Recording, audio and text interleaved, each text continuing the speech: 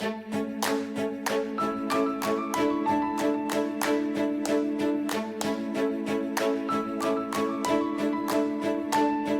to the Liberating Joy in Learning podcast.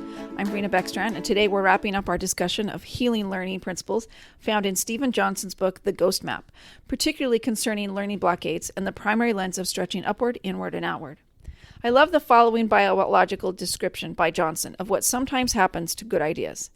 The river of intellectual progress is not defined purely by the steady flow of good ideas begetting better ones. It follows the topography that has been carved out for it by external factors. Sometimes that topography throws up so many barricades that the river backs up for a while.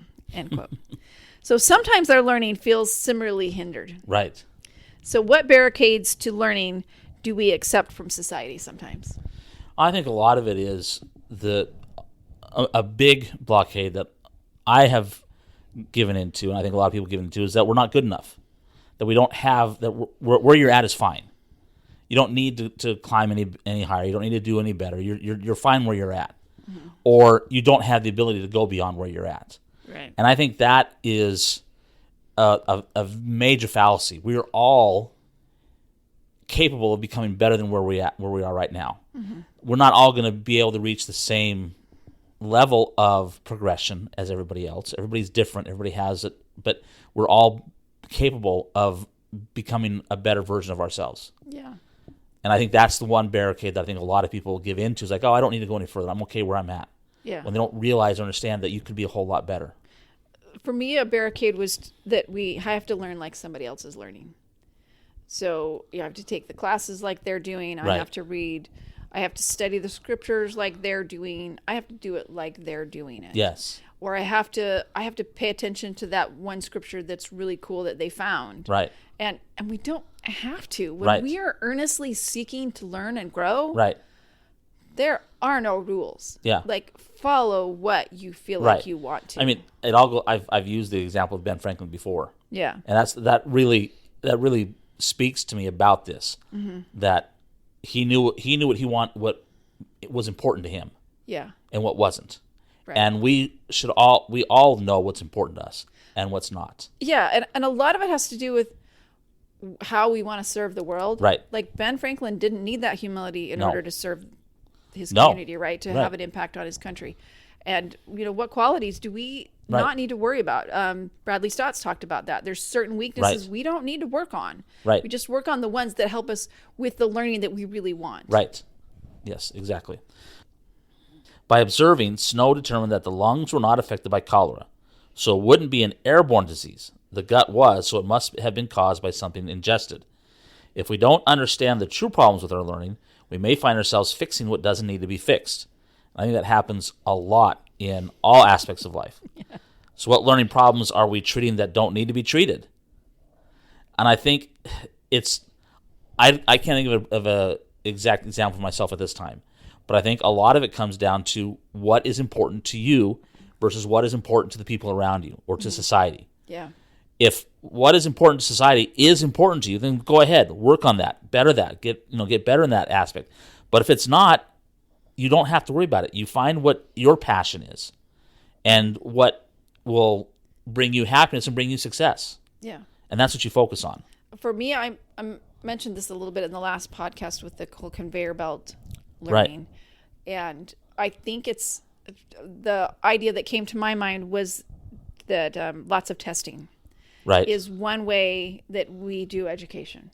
Right. And I feel like we're not really treating a problem there, that we really want to know if students can use their knowledge rather than just have it. And just regurgitate it on a test. Right. And so I think that's trying to get kids to pass these tests is a problem that we're trying to solve that maybe doesn't need to be solved. I don't know. I am not an educational expert. No.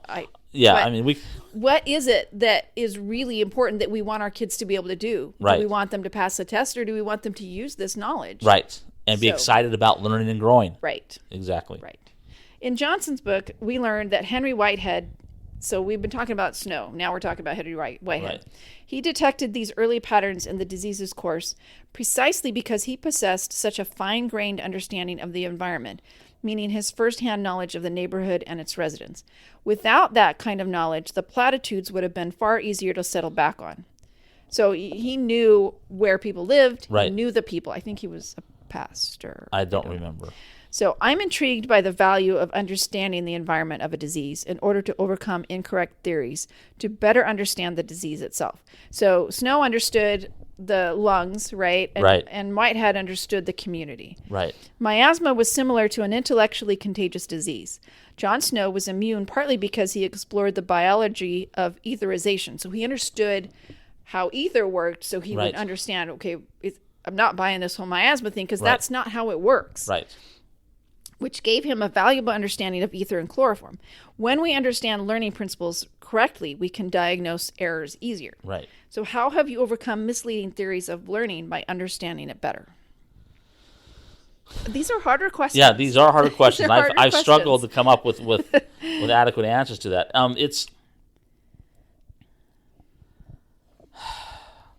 Again, I get back to what is important to me. Right. There have been times where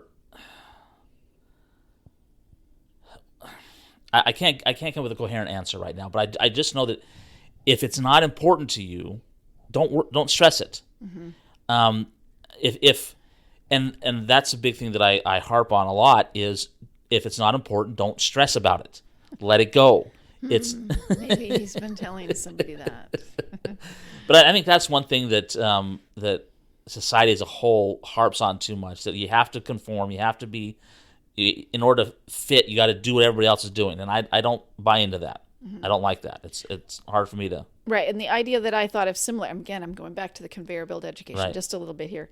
But with our kids, they homeschooled all of them at least through 6th grade. Right. And then at that point, they started making choices. Right. What am I going to do?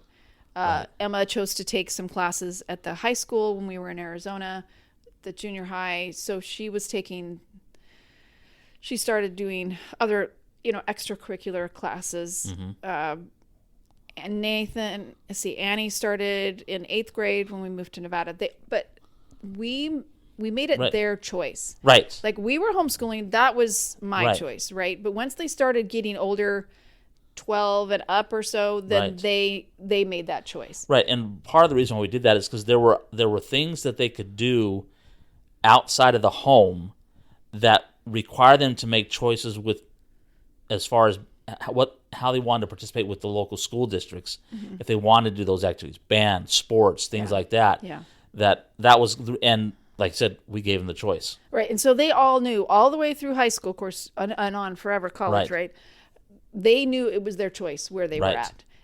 Yes. 2 of them chose to go to a charter school. 3 of them went through the, registered school, but our high school. Right. But that was their choice. Yeah, it was their choice. Knew they were there by that choice. And so for me, that helps overcome this theory of that everybody needs to do this. Right. Or that, Like I said, if it's important to you, make the choice to pursue it and to do your best to succeed at it. Right. Okay, now getting back to the book, one problem they struggled with in resolving this epidemic was that, as Johnson claims, the scaffolding that kept miasma propped up for so long was largely made up of comparable half-truths, correlations mistaken for causes. This was caused by what he called overanalysis of utterly meaningless data. I like that phrase. For a map to explain the true cause behind the Broad Street outbreak, it needed to show less, not more. Snow needed to show how living people traversed the neighborhood. He needed to show how the shape of the outbreak matched the residents that had easy access to the contaminated pump. Similarly, half-truths and correlations mistaken for causes can confuse our learning efforts. So, what half-truths about learning do we believe? We've talked about this a little bit, right? There is a best way. Right. And really, there is for me. Right. But it's not for everyone. Yeah, your best way is not my best way, and vice versa. Right. And it could be the best way for a group of people, but that doesn't mean it's the best way for all people. Yeah. Yeah. In the book, he talks about these 2 maps, and I would love to see those 2 maps. We don't actually ever get to see them in the book. But one is just covered with stuff, right? That all of the same stuff is in there that Jon Snow's map had, but it was Right. so covered you couldn't see. Right. There's too much data. There was too much data. There's too many, and Right. so a lot of what we're trying to do with Learning Liberated is focus in on those very most important Right. points. Learn how to filter out the noise for what's really important. Right. Right. How can we find the personalized stretching we need for the learning we seek? Is another question. And this is a tough one, right? If you're reading Right. a book, how do you find what's most important for you out of that book? And I spend a lot of time, if I love a book, then I spend a lot Right. of time going through it. And I have several steps that I go through. Right. And I wish that I could skip those steps, but I'm not sure that I Right. can. But I want to find what really has the most value for me out of that book. Right. And it's going to be different for everyone. Has the most value. And you just have to, I just go with my gut. Like, what Right. is calling to me? What makes me happy? What feeds my heart, Right. my soul? And I think it's something that you have to go back to a couple times Yeah. until you find. Yeah, clearly I go through it several times. And if because I, really like I it. think, like we were just discussing, there's a lot of noise out there of the good things that are good to follow. Mm-hmm. But we want to get down to the better or the best. that meets our needs right now Right. for the learning we're seeking. Right. And you may follow this path one way and get to a certain point, set it aside. 5 years down the road, you may realize you pick it up again and realize, I got to go a different direction because my life has changed, my outlook has changed, Yeah. my abilities have changed, and so maybe I got to go to this one. And so by going back over it again, you're able to filter out, like I said, you're like in the book, you have all this data on this map that was just so overloaded, you couldn't see the forest for the trees. Right. Yeah. And it's like a classic. Like when I was in college, I read 7 Habits for Highly Effective People Right. by Covey.